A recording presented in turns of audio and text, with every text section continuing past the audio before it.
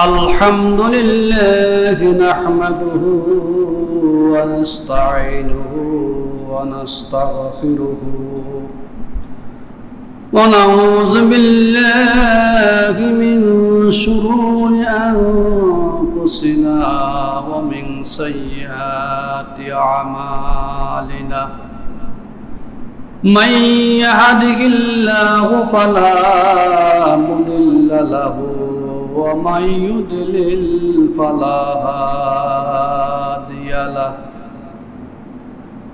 ونشهد أن لا إله إلا الله وحده لا شريك له ونشهد أن محمدا عبده ورسوله أما بعد فقد قال الله تعالى في كلامه المجيد والفرقان الحميد أعوذ بالله من الشيطان الرجيم بسم الله الرحمن الرحيم شهر رمضان الذي أنزل فيه القرآن هدى للناس وبينات من الهدى والفرقان وقال الله تعالى ولا تباشرهن وأنتم عاكفون في المساجد عن عبادة بن صامت رضي الله عنه قال عبادة بن صامت رضي الله تعالى عنه سأل أنه سأل رسول الله صلى الله عليه وسلم عن ليلة القدر فقال في رمضان في العشر الأواخر فإنها في ليلة البدر في 21 و23 أواخر ليلة من رمضان من قامها إيمانا واحتسابا غفره ما تقدم من ذنبه أو كما قال النبي عليه الصلاة والسلام اللهم صل على محمد وعلى آل محمد كما صليت على إبراهيم وعلى آل إبراهيم إنك حميد مجيد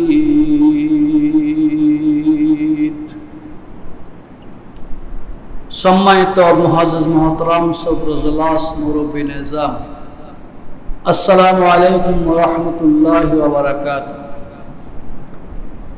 সর্বত মহান রব্বুল আলামিনের পবিত্র দরবারে হাজার লাখ শুকরিয়া জ্ঞাপন করেছি যে আল্লাহ রাব্বুল আলামিন আমাদেরকে দুনিয়ার সকল ঝামেলা মুক্ত করে সকল প্রকারের ব্যস্ততা পরিহার করে পবিত্র জুমার দিন মহান রব্বুল আলামিনের দরবারে আসার তৌফিক দান করেছেন। এই জন্য আমরা সকলে অন্তরস্থল থেকে প্রভুর দরবারে শুকরিয়া জ্ঞাপন করি আলহামদুলিল্লাহ। দরুদ ও সালাম প্রেরণ করছি মানবতার বিশ্ব নবী মুহাম্মদ রাসূলুল্লাহ সাল্লাল্লাহু আলাইহি ওয়াসাল্লামের উপর, যাকে আল্লাহ রাব্বুল আলামিন আমাদের জন্য একজন মহান নবী রূপে প্রেরণ করেছেন। আল্লাহর কাছে শুকরিয়া আদায় করে শেষ করা যাবে না, যাবে যাবে কারণ শেষ জমানার পয়গম্বরের উম্মত হওয়া সবার নসিবে জুটে না। কিন্তু অথচ আমরা আল্লাহর কাছে কোনো ফরিয়াদ করি নাই। এরপর আল্লাহ রাব্বুল আলামিন অতি দয়া করে মায়া করে আখির জামানা পয়গম্বর উম্মত বানাইছে। তো এই পবিত্র মাহে রমজান আমাদের মাস থেকে বিদায় নিয়ে যাচ্ছে। এই পবিত্র মাস বরকতের মাস, রহমতের মাস, মাগফিরাতের মাস, যেই মাসে আল্লাহ রাব্বুল আলামিনের জন্য আল্লাহর গোলামি করার মধ্যে আল্লাহ অধিক বরকত দান করেন। আমি আজকে পবিত্র কালামুল্লাহ শরীফ থেকে একটা আয়াতে কারিমা তেলাওয়াত করছি। রাসূলুল্লাহ সাল্লাল্লাহু আলাইহি ওয়াসাল্লামের অসংখ্য হাদিসের টুকরা থেকে একটি হাদিসের টুকরা পাঠ করেছি। আল্লাহ রাব্বুল আলামিন যদি তৌফিক দান করে অবশ্যই আয়াতে কারিমা বিশ্বনবী হাদিসের উপর কিছু আলোচনা করার জন্য চেষ্টা করব। পবিত্র মাহে রমজান এমন একটি মাস, যে মাস হলো গুনাহ মাফের মাস। কিসের মাস? গুনাহ মাফের মাস। আর এই মাসে আল্লাহ রাব্বুল আলামিন এমন একটি রজনী রেখেছেন, রাত রেখেছেন, যে রাত হাজার মাস অপেক্ষা উত্তম বলা হচ্ছে। এক মাসের এক রাতের মূল্য হাজার মাস অপেক্ষা উত্তম। ওলামায়ে কেরাম, মুহাদ্দিসিনে কেরাম ব্যাখ্যা বিশ্লেষণ করে বাইরে করছেন 1000 মাস হলো 83 বছর 4 মাস। কত? 83 বছর 4 মাস। আল্লাহ পাকের যে মাহবুব বান্দা বান্দি পবিত্র মাহে রমজানের ভিতরে একটি রাত উদযাপন করতে পারে, কদর রাত্রি তাদের ভাগ্যে জুটে, নসিবে জুটে, তাহলে সে 83 বছর 4 মাস ইবাদত করার সমতুল্য সওয়াব আল্লাহ পাক তার আমলনামায় দান করে। এই মাসের শেষ লগ্নে শেষ 10 দিন আরেকটি আমল আছে, কাজ আছে, সেটা হলো ইতিকাফ। আখের শেষ দিনে ইতিকাফ করা মসজিদে। এই ইতিকাফ হলো সুন্নত মুআক্কাদা আলাল কিফায়া। তো সমাজের কিছু মানুষ যদি এই আমলটা শেষ করে, কাজটা আদায় করে, তো সবাই গুনাহ থেকে বেঁচে যাবে। আর কেউ যদি এই জিম্মেদারি আদায় না করে, তো সবাই গুনার ভিতরে লিপ্ত হবে, সবাই গুনাহগার হবে। তো এই জন্য আজকে হলো পবিত্র মাহে রমজানের 20তম তারিখ। 20তম তারিখ। তো 20তম তারিখ সূর্য অস্ত যাওয়ার কিছু আগে, অর্থাৎ আসর পরে আমরা ইতিকাফে ঢুকবো। এই ইতিকাফের ফজিলত কি? আমরা যে ইতিকাফ করবো আখের শেষ 10 দিন, এই ইতিকাফের অনেক ফজিলত রয়েছে, আছে কি না? ফজিলত। তো ইনশাআল্লাহ আমি ধারাবাহিকভাবে আস্তে আস্তে আলোচনা করার জন্য চেষ্টা করব। তো আল্লাহ রাব্বুল আলামিন আমাদের মাঝ থেকে সেই মাসটি অতি দ্রুত নিয়ে যাচ্ছে। আল্লাহ অনেক বান্দা বান্দি আছে পবিত্র মাহে রমজান রোজা রাখা তার জন্য কি হয় না, সম্ভব হয়। ইচ্ছাকৃত অনেকে রাখে না। তো না রাখার কারণে সে গুনাহগার হবে। গুনাহগার হবে না? অবশ্যই কি হবে? গুনাহগার হবে। তো আল্লাহ বলতেছেন কোরআন কারীমের মধ্যে, শাহরু রমাজান উনজিলা ফিহিল কোরআন। এটা এমন একটি মাস, যে মাসের মধ্যে আল্লাহ রাব্বুল আলামিন কোরআন কারীম অবতীর্ণ করেছেন। আর এই কোরআন কারীম অবতীর্ণ করার কারণে আল্লাহ রাব্বুল আলামিন এই মাসের মর্যাদা, এই মাসের মূল্য অনেক বৃদ্ধি করে দিয়েছে। এই মাসের বরকত আল্লাহ রাব্বুল আলামিন বৃদ্ধি করছে, বিশেষ করে লাইলাতুল কদরের রজনী। তো আমরা ইতিকাফ করব। ইতিকাফের অনেক কিছু ফজিলত বিশ্বনবী মুহাম্মদ রাসূলুল্লাহ সাল্লাল্লাহু আলাইহি ওয়াসাল্লামের এই হাদিসের মধ্যে আলোচনা করা হয়েছে। তো এতেকাফ সম্পর্কে কিছু আলোচনা অবশ্যই করতে হয়, যেহেতু এতেকাফের সময় এতেকাফে প্রবেশ করা, ঠিক না? এতেকাফ করলে আমাদের কি লাভ? এতেকাফ কোন সময় করতে হয়? আর আখরি শেষ 10 দিন যে লাইলাতুল কদর অনুসন্ধান করা, এই কদর রজনীটা আল্লাহ রাব্বুল আলামিন পবিত্র মাহে রমজানের শেষ দশক, শেষ 10 দিনের ভিতরে বিশ্ব মুহাম্মদ রাসূলুল্লাহ সাল্লাল্লাহু আলাইহি ওয়াসাল্লাম পেয়েছেন এবং সাহাবায়ে কেরাম পেয়েছেন। এই জন্য আল্লাহ রাসূলকে প্রশ্ন করা হয়েছে সে কদর সম্পর্কে।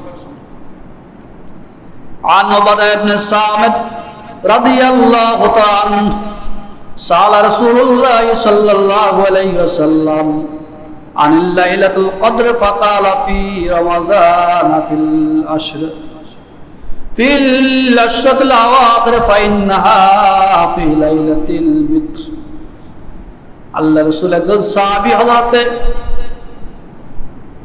উবাদা ইবনে সামিত রাদিয়াল্লাহু তাআলা আনহু বিশ্বনবী জনাব মুহাম্মদুর রাসূলুল্লাহ সাল্লাল্লাহু আলাইহি ওয়াসাল্লামকে প্রশ্ন করেছেন লাইলাতুল কদর সম্পর্কে। লাইলাতুল কদর সম্পর্কে প্রশ্ন করেছেন, ইয়া রাসূলুল্লাহ, লাইলাতুল কদর আমরা কখন পাবো? লাইলাতুল কদর কোন সময় পাওয়া যাওয়ার আশঙ্কা বেশি? বিশ্বনবী মুহাম্মদুর রাসূলুল্লাহ সাল্লাল্লাহু আলাইহি ওয়াসাল্লাম বলেন, ফাকালা ফি রমাদানা ফিল আশরাতিল আওয়াখির ফাইন্নাহা ফি লাইলাতিল বিদর। আল্লাহ নবী মুহাম্মদুর রাসূলুল্লাহ সাল্লাল্লাহু আলাইহি ওয়াসাল্লাম বলেন, হে আমার সাহাবীরা, লাইলাতুল কদর পবিত্র মাহে রমজানের শেষ দশকে তোমরা পাবা। লাইলাতুল কদর পবিত্র মাহে রমজানের শেষ দশকের বেজর রাত্রিগুলোতে তালাশ করো। কি বলছেন? বেজর রাত্র, জোর রাত্র না। এই বেজর রাত্রের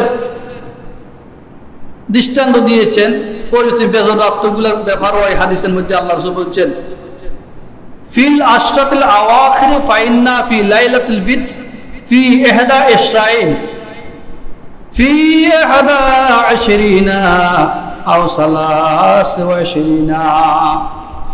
প্রথম হলো 21তম রাত্র, 21তম রাত্র। 2 নম্বর হলো 23তম রাত্র, 21, 23, 25, 27 এবং পবিত্র মাহে রমজানের শেষ রাত্রি 29 তারিখ দিবাগত রাত্রি।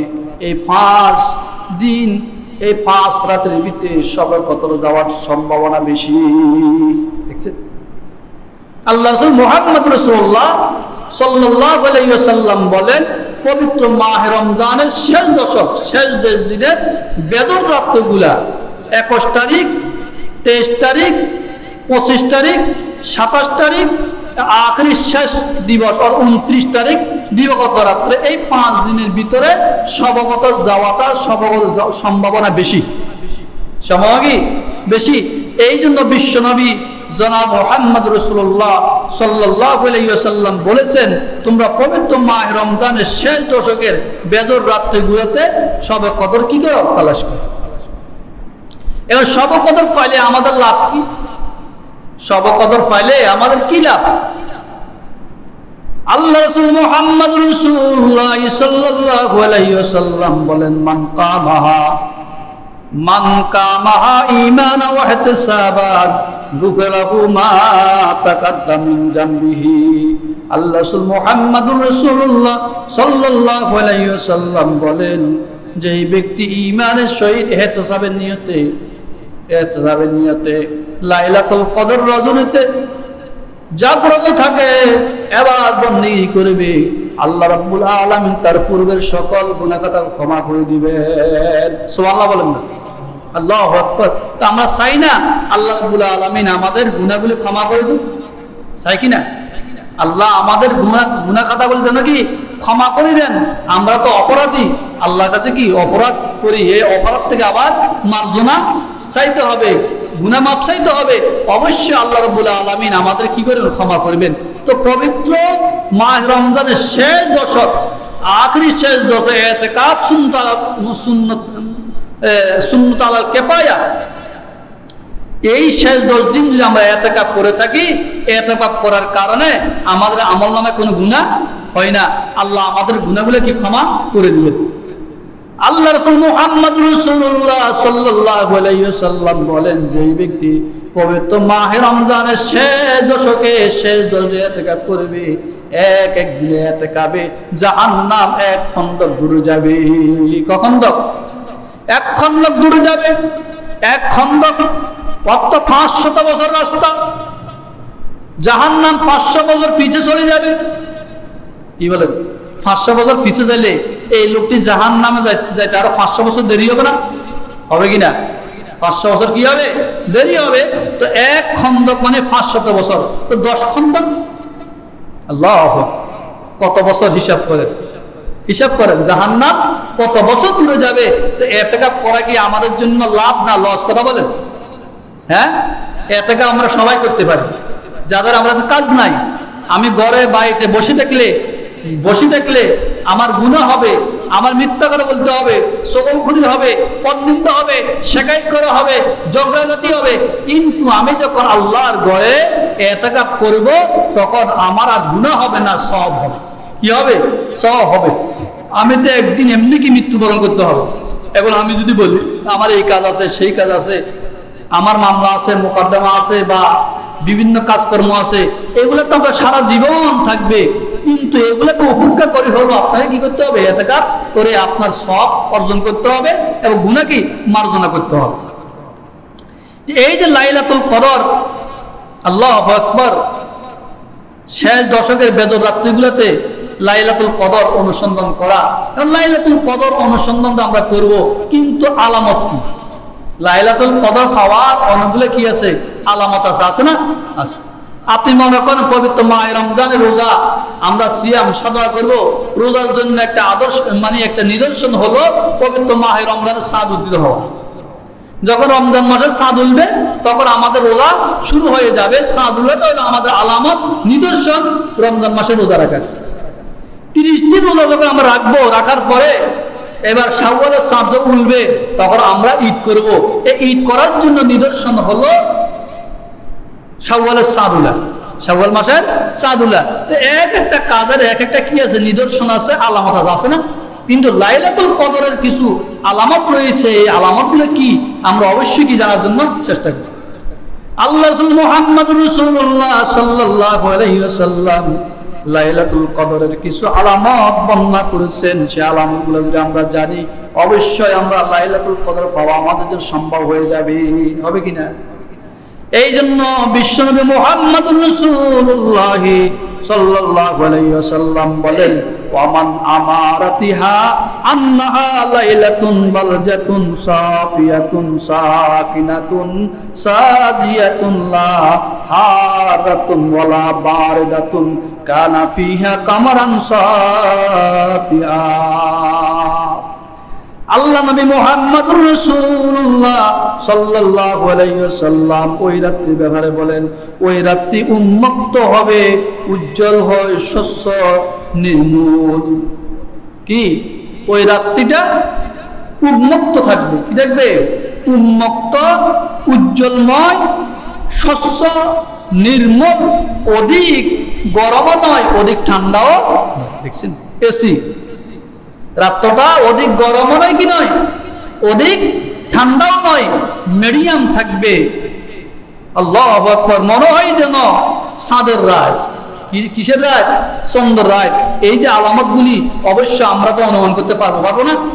পারবো কিনা? যদি আল্লাহ আমাদের ভাগ্য জুড়ায়, তাহলে ওই রাত্রির এগুলো আমাদের অবশ্যই ভাগ্য জুটবে, আর আমরা অনুমান করতে পারবো। অবশ্যই আলামতগুলো আমরা কি পাইতে পারি না? কিন্তু আলামতগুলো পাওয়ার জন্য আমাকে গবেষণা করতে হবে, আমাকে কি দেখতে হবে? অনুসন্ধান করতে হবে। এই জন্য বিশ্বনবী জনাব মুহাম্মদুর রাসূলুল্লাহ সাল্লাল্লাহু আলাইহি ওয়াসাল্লাম বলেন, লা হারাতুন ওয়ালা বারদাতুন ওই রাত্রি নয় ঠান্ডা নয় গরম, একেবারে ঠান্ডাও হবে না গরমও হবে না। কানা ফিহা কামারান সাফিয়া, মনে হয় যেন চন্দ্ররাত্রের মতন হবে। কিসের মতো? আল্লাহ রাসূল মুহাম্মদুর রাসূলুল্লাহ সাল্লাল্লাহু আলাইহি ওয়াসাল্লাম বলেন, হে আমার বান্দা বান্দীরা, যখন তোমরা সবকত তালাশ করিবা, সবকতর পাইবা, এই নিদর্শনগুলো অবশ্যই দেখবা। ওই রাত্রিটা ঠান্ডা হবে না, একবার গরমও হবে না, মিডিয়াম হবে, এসি হবে, কিন্তু ওই চন্দ্র রাতের মতন থাকবে। আল্লাহু আকবার, কি সুন্দর আলামত! কারণ ওই রাত রহমতের রাত্র। আল্লাহর ফেরেশতা জিবরাইল আলাইহিস মালায়েকা হযরত জিবরাইল আলাইহিস সালাম সেখানে অসংখ্য অগণিত মানে ফেরেশতাদেরকে নিয়ে আসবে, আর শুধু পুরা ঘুরতে থাকবে, পুরা মানে দেশ, পুরা পৃথিবী ঘুরতে থাকবে। আর আল্লাহর কোন বান্দারা ইবাদত বন্দেগী করে উপাসনা করে তাদের জন্য শুধু সওয়াব দেখতে থাকবে। সুবহানাল্লাহ বলেন না? আল্লাহু আকবার। তো জিবরাইল ফেরেশতা যদি, রূহুল আমিন যদি সেই দিন যদি অসংখ্য ফেরেশতাদেরকে নিয়ে এই জমিনে আসে, তো উনি তো রহমত নিয়ে আসবে। কি নিয়ে? তো ওই রহমত ঠান্ডা নয়, কি নয়, রহমতের কারণে আপনার ঠান্ডা লাগবে না, গরমও লাগবে না, একেবারে আরামদায়ক হবে। কি হবে? আরামদায়ক। এইগুলো মানে আপনার লাইলাতুল কদরের আলামত। সেই দিন আল্লাহ মুহাম্মদুর রাসূলুল্লাহ সাল্লাল্লাহু আলাইহি ওয়াসাল্লাম বলেন, ওয়ালা ইয়াহিল্লু ওয়ালা ইয়াহিল্লু লিনাজমিন আন ইউরমা বিহি তিলকাল লাইলাতা হাত্তা সুবহা। আল্লাহ রাসূল মুহাম্মদুর রাসূলুল্লাহ সাল্লাল্লাহু আলাইহি ওয়াসাল্লাম বলেন, শবে কদর রজনীতে আল্লাহ তাআলা, শবে কদর রজনীতে আল্লাহ রাব্বুল আলামিন কোন অবাধ্য জিন শয়তানদেরকে নক্ষত্র নিক্ষেপ করবেন না। কিন্তু আল্লাহ রাব্বুল আলামিন পৃথিবীর অনেক রাত্রে, বেশিরভাগ রাত্রে শয়তানকে কি মারে? তারকা নিক্ষেপ করে। দেখবেন এক সময় দেখা যায় আমরা যখন রাত্রে ঘুমাই, ঘুম থেকে উঠলে মানে দেখবে পূর্ব আকাশে বা পশ্চিম আকাশে এইভাবে ঝিলিক মারে, এইভাবে সেল মারে, কি মানে আলোর মতন নড়ে ধরে না, এগুলো দেখা যায় না অনেক সময়। এটা হলো শয়তানকে তিনি মারা। শয়তান মানুষের শত্রু, আল্লাহর শত্রু। শয়তান যদি মানুষের শত্রু না হইতেন, আল্লাহর শত্রু না হইতেন, আজকে লক্ষ কোটি মানুষকে অন্যায়ের পথে কেন না নাম? আল্লাহর আইন মানতে দেয় না, দেয় কিনা? আল্লাহর আইন মানার জন্য, আল্লাহর আইন থেকে মানুষকে দূরে সরায়। আজকে কোরআন মতন, কোরআন কারীমের বিধান আমাদের কাছে না থাকার কারণে এই পরিস্থিতি আজকে আমাদের। আজকে জেনার হার বেড়ে গেছে, আজকে ধর্ষণ সেঞ্চুরি চুরি করা হয়। মানুষ অন্যায় অপরাধকে অন্যায় মনে করে না, অপরাধকে অপরাধ মনে করে না, করে কিনা? যদি মানুষ অন্যায়কে অন্যায় মনে করতো, অপরাধকে অপরাধ মনে করতো, যদি মানুষ সেই অপরাধ মনে করতেন, তাহলে আজকে সারা দেশে, সমগ্র বিশ্বে মুসলমানদের এই দুর্দশা হতো না। গাজাতে মুসলমান হত্যা করে, শত শত মুসলমান শিশুদেরকে হত্যা করা হয়, বিভিন্ন দেশে মুসলমানদের উপর আক্রমণ করা হয়, শুধু এবার শিশুদেরকে ধর্ষণের সেঞ্চুরি করা হয়। আজকে যদি ইসলাম যদি পৃথিবীতে বলবৎ থাকতো, কোরআনের শাসন ব্যবস্থা থাকতো, আজকে সেই মাগুরাতে 8 বছরের শিশু আসিয়াকে ধর্ষণ করতেন, তা নির্মম ভাবে এইভাবে হত্যা করা হতো। তো সেখানে বোঝা যায় সেই দর্শনের সাথে আসিয়ার বোন, আসিয়ার সেইখানে এই আসিয়ার বড় বোন কি সে দায়ী, কারণ সে তার শ্বশুর জড়িত, তার স্বামী জড়িত, তার দেওর জড়িত, সবাই মিলে এইভাবে নির্মমভাবে একটা মেয়েকে, কন্যাকে হত্যা করেছে। কিন্তু আজকে পুরো বাংলাদেশ নয়, সারা পৃথিবীতে তার নিন্দা জানানো হচ্ছে। সারা বাংলাদেশ তাদের সেই দর্শকদের ফাঁসি চাচ্ছে। অবশ্যই আমরাও তাদের কি ফাঁসি চাই। একজন দুইজনকে যদি অন্যায়ের মানে শাস্তি দেওয়া হয়, তো হাজার হাজার দর্শনকারী এই দেশ থেকে কি মানে সে সচেতন হয়ে যাবে, যাবে কিনা? আল্লাহ রাব্বুল আলামিন কুরআনুল কারীম সূরাতুন নূরের মধ্যে আল্লাহ তাআলা আয়াত নাযিল করছেন যে দর্শনকারীদের মানে কি শাস্তি। আয-যানিয়াতু ওয়াজ-যানি ফাজলিদু কুল্লা ওয়াহিদিন মিনহুমা মিয়াতা জালদা ওয়ালা তা'খুযুকুম বিমা রা'ফাতু ফি দীনিল্লাহ। আল্লাহ রাব্বুল আলামিন জানার শাস্তি কি সেই মর্মে আল্লাহ রাব্বুল আলামিন সূরাতুন নূরের মধ্যে আল্লাহ আয়াত নাযিল করে সমগ্র জাতিকে জানাই দিয়েছেন, আয-যানিয়াতু ওয়াজ-যানি, জানাকার পুরুষ এবং জানাকার নারী, ফাজলিদু কুল্লা ওয়াহিদিন মিনহুমা মিয়াতা জালদা, যারা জানাকার পুরুষ আর জানাকার নারী এদেরকে তোমরা 100 বেত্রাঘাত করো। কয়তো কত? 100 বেত্রাঘাত। ফাজলিদুহুম মিয়াতা জালদা, তাদের উভয়কে 100 বেত্রাঘাত করার জন্য নির্দেশ শরীয়তের। এই নির্দেশ যদি এই মানে আইন যদি পৃথিবীতে বিদ্যমান থাকতেন, এই আইন যদি পৃথিবীতে জারি থাকতেন, সমাজে থাকতেন, রাষ্ট্রে থাকতেন, তাহলে আজকে এই অন্যায় হতো কিনা? এই অপরাধ করতে পারতো? হ্যাঁ, একজন ছোট্ট একটা শিশু নিষ্পাপ, তাকে সেইভাবে অন্যায়মূলক এইভাবে আচরণ করা হলো, তাহলে সেই তো খুনির চেয়ে খারাপ, খুনি না? সে খুনি। অর্থাৎ তাদের ভিতরে শরীয়ত নাই, শরীয়তের বিধান নাই। এইখানে আল্লাহ তাআলা বলছেন যে জেনাকারী পুরুষ আর জেনাকারী নারীকে এইভাবে 100 বেত্রাঘাত করো। কোথায়?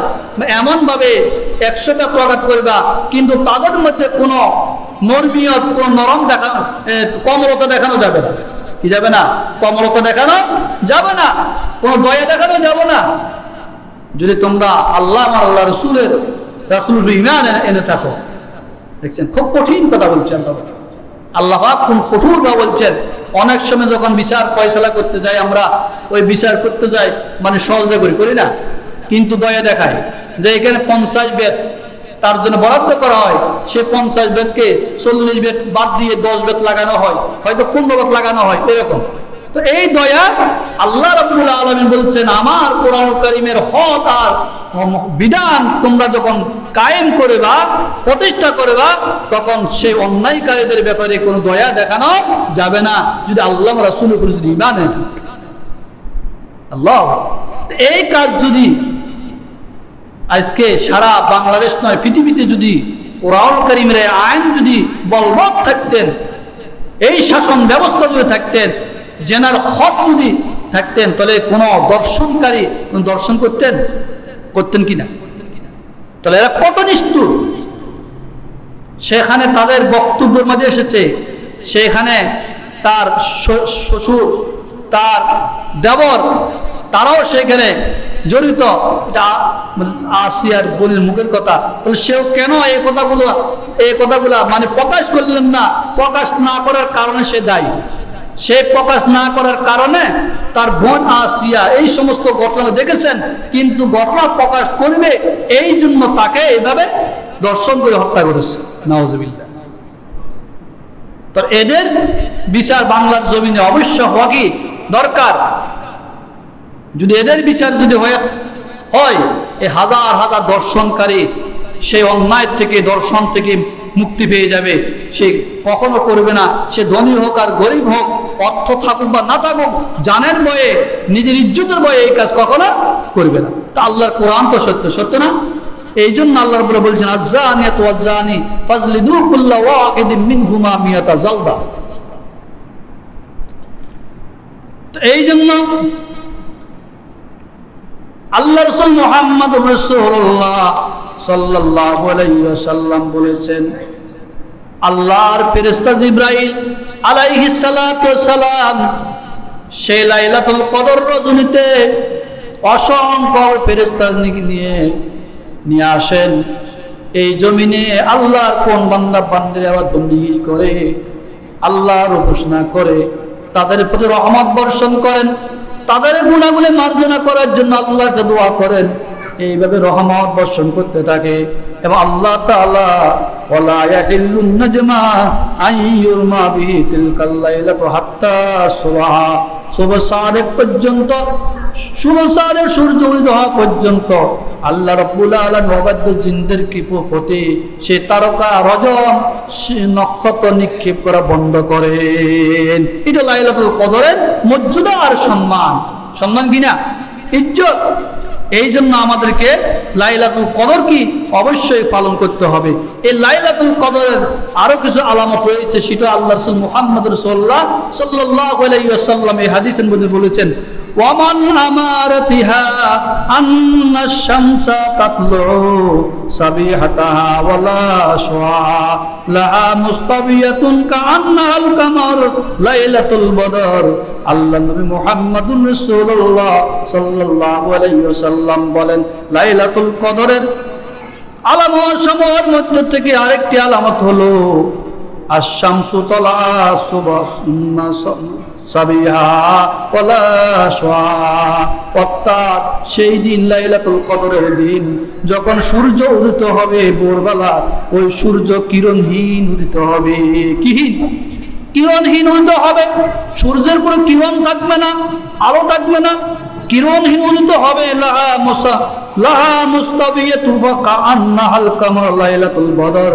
অর্থাৎ লাইলাতুল বদর 14 তারিখে পূর্ণিমা চাঁদের নেই উদিত হবে। আল্লাহু আকবার বলেন না, 14 তারিখে চাঁদের নেই উদিত হবে ওরকম। অর্থাৎ মানে সেই সূর্য কিরণহীন, সূর্যের কোনো আলো থাকবে না। সবচেয়ে প্রসিদ্ধ আলামত হলো এই একটি আলামতে কোরআন ও হাদিসে সব জায়গায় আছে। তাহলে আমরা লাইলাতুল কদরকে পালন করার চেষ্টা করব না? কি বলেন? অবশ্যই আমাদেরকে লাইলাতুল কদর কি হতে হবে? পালন করতে হবে। এই লাইলাতুল কদর পালন, এই যে এগুলা লাইলাতুল কদরের আলামত, এই যে লাইলাতুল কদর অবশ্যই আমরা পালন করতে হবে। ওয়া হারামাল্লাহু আলা শাইতান আইয়াখরুজু মাআহা ইয়াওমাইজিন। আল্লাহর নবী মুহাম্মদ রাসূলুল্লাহ সাল্লাল্লাহু আলাইহি ওয়াসাল্লাম বলেন, যেই দিন শয়তান সূর্য উদয়ের পরে আত্মপ্রকাশ করে, সেই দিন শয়তান আত্মপ্রকাশ করতে পারবে না। এই যে আলামতগুলো লাইলাতুল কদরের আলামত, এই আলামতগুলো অবশ্যই আমরা দেখব। আমরা যারা আল্লাহ আমাদেরকে দেখার তৌফিক দান করে অবশ্যই দেখব এগুলো লাইলাতুল কদরের কি আলামত। এই আলামতগুলো দিয়ে অবশ্যই আমরা লক্ষ্য রাখবো, যে হাদিস শরীফে আছে।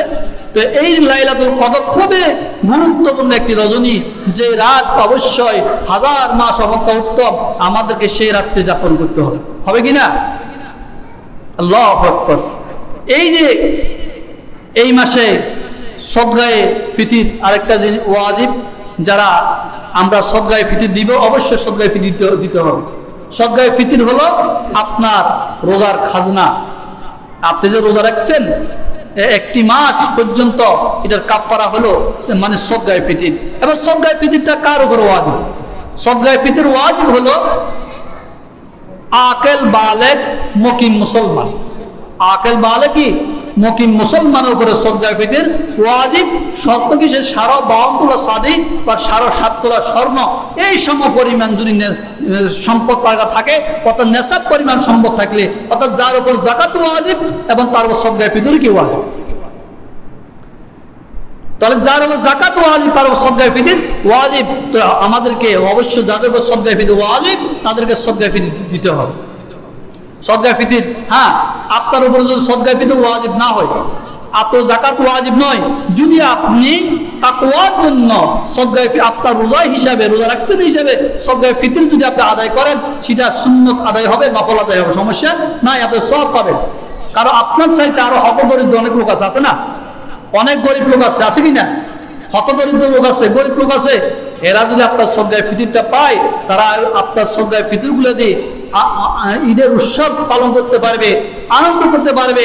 তাদের মানে খাওয়া দাওয়া কষ্ট পাবে না। কারণ আল্লাহ রাব্বুল আলামিন আমাদেরকে এক অপর অধীনস্থ তৈরি করে দিয়েছেন না? এই জন্য আমরা কেন এই সদগায়ে ফিতিরগুলো আমরা অবশ্যই আদায় করে দিব। আর সদগায়ে ফিতির সময়সীমা, সদগায়ে ফিতির কতটুকু কি হিসাবে দেব? অর্থাৎ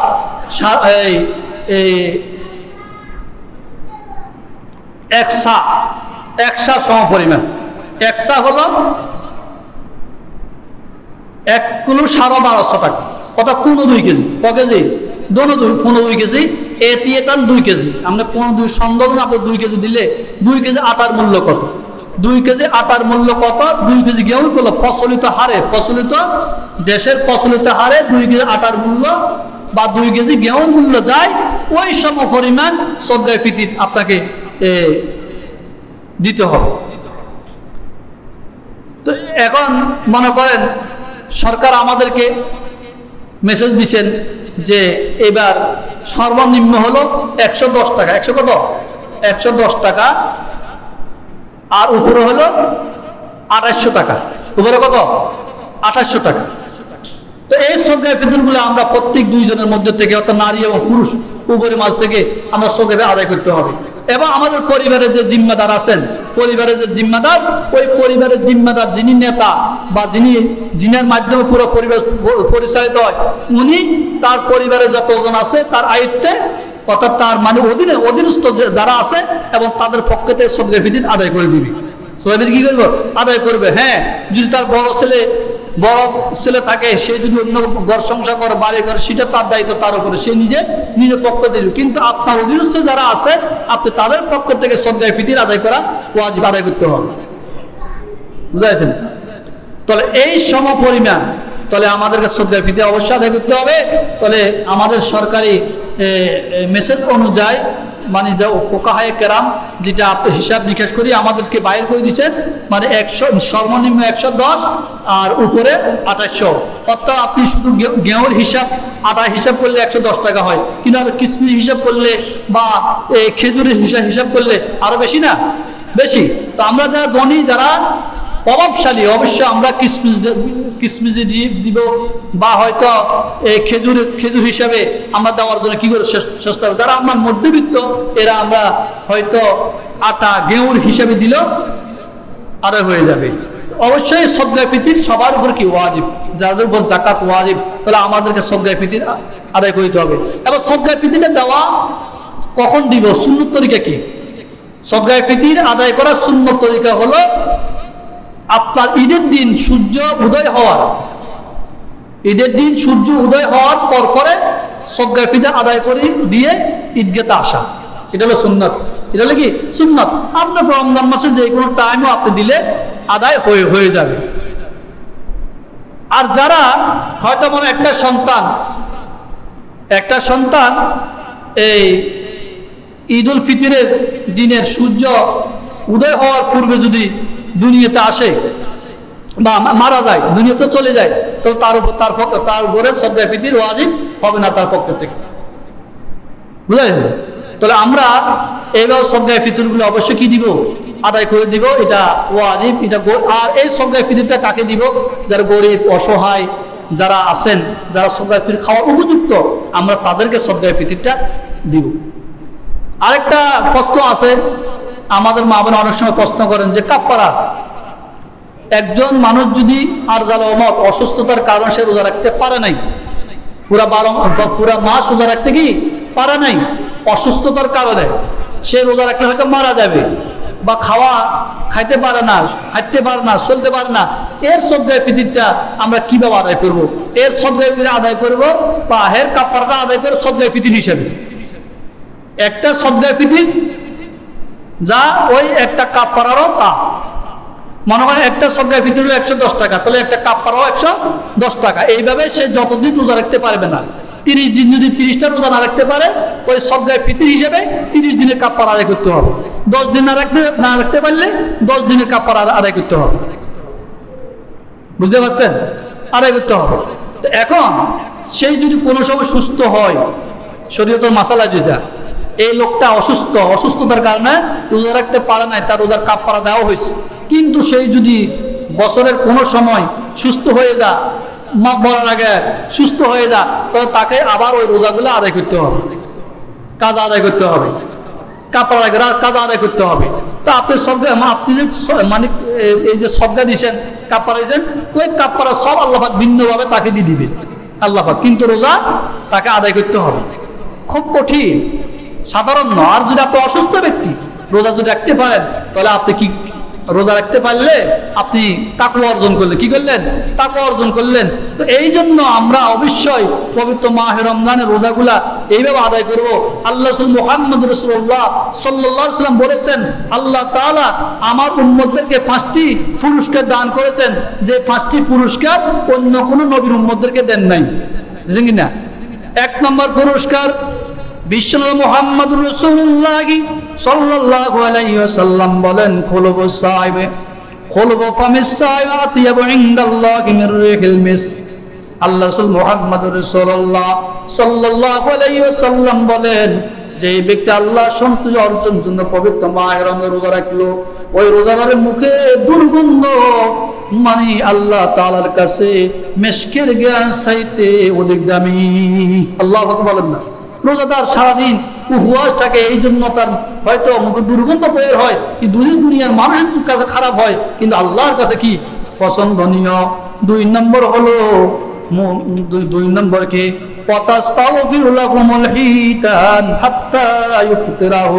দুই নম্বর হলো যে রোজাদার রোজা রাখবে আল্লাহ রাসূল মুহাম্মদুর রাসূলুল্লাহ সাল্লাল্লাহু আলাইহি ওয়াসাল্লাম বলেন সমুদ্রের মাছগুলা রোজাদারের জন্য আল্লাহর কাছে দোয়া করতে থাকে ইফতারু মানে ইফতার পর্যন্ত। তিন নম্বর ওয়ায়ুযায়্যিনুল্লাহু আযজা ওয়া জাল্লা কুল্লা ইয়াওমিন জান্নাত। আল্লাহ রাসূল মুহাম্মদুর রাসূলুল্লাহ সাল্লাল্লাহু আলাইহি ওয়াসাল্লাম বলেন যে এই ব্যক্তি আল্লাহ সন্তুষ্ট অর্জন রাখে ওই রোজাদার ব্যক্তির জন্য জান্নাতকে প্রতিদিন জান্নাত সুসজ্জিত থাকে, জান্নাত সুসজ্জিত হয়।